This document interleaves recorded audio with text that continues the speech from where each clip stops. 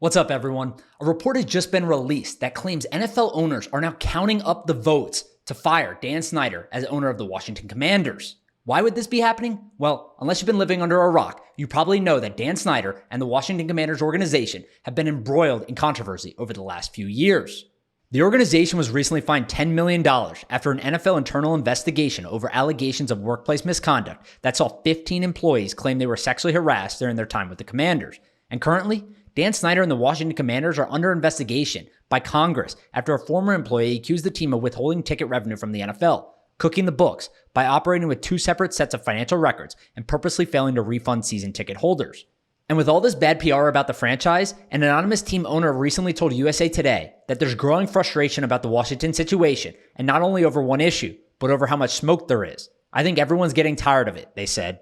So this is obviously a super serious situation, but other NFL owners, billionaires, most of them, gathering together to vote out another NFL owner, one of their own, is just as serious. So how would this exactly work? Well, I spoke to Andrew Brandt, the former vice president of the Green Bay Packers and one of the most forefront experts in sports business today, about this exact scenario. Here's what Andrew had to say on my podcast about how all of this would work.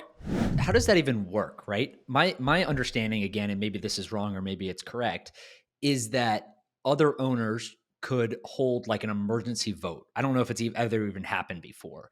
Is that correct, that they could basically hold a vote and vote him out?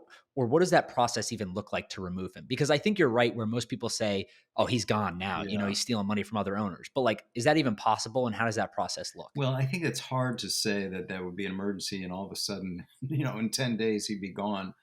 I think that happened with obviously the Clippers and the NBA, but there was a failed mental health capacity of that owner, Donald Sterling, and there was kind of a 40-year dislike over a long period of time. For whatever reason, and we don't know the reason, these owners, this commissioner has protected Daniel Snyder to this point. These toxic workplace allegations are terrible. There was an oral report. For some reason, it never got reduced to writing. And they got a fine, $10 million, and they sort of took away Snyder's day-to-day management. His wife is doing that. But they have protected him so far. So I think it's a leap to say, well, this is going to make him kick him out. The process is really this loose and broad best interest of the game that the commissioner has. Integrity of the game, best interest of the game, conduct detrimental, those watchwords of sports. But the process is 24 owners. Just like 24 owners have to approve a new franchise owner, 24 owners would have to put one through a trap door. And I know for sure that Daniel Snyder has friends in ownership, especially Jerry Jones, who's one of the most influential owners.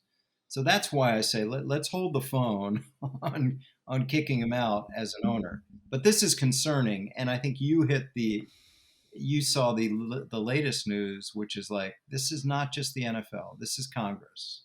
So Congress had already started looking into them because of these treatment of women. And now they're looking into this as well. So there will be repercussions. And I think the next step, Joe, is subpoenas to get these people on record in front of Congress talking about treatment of women, but also the financial misdealings.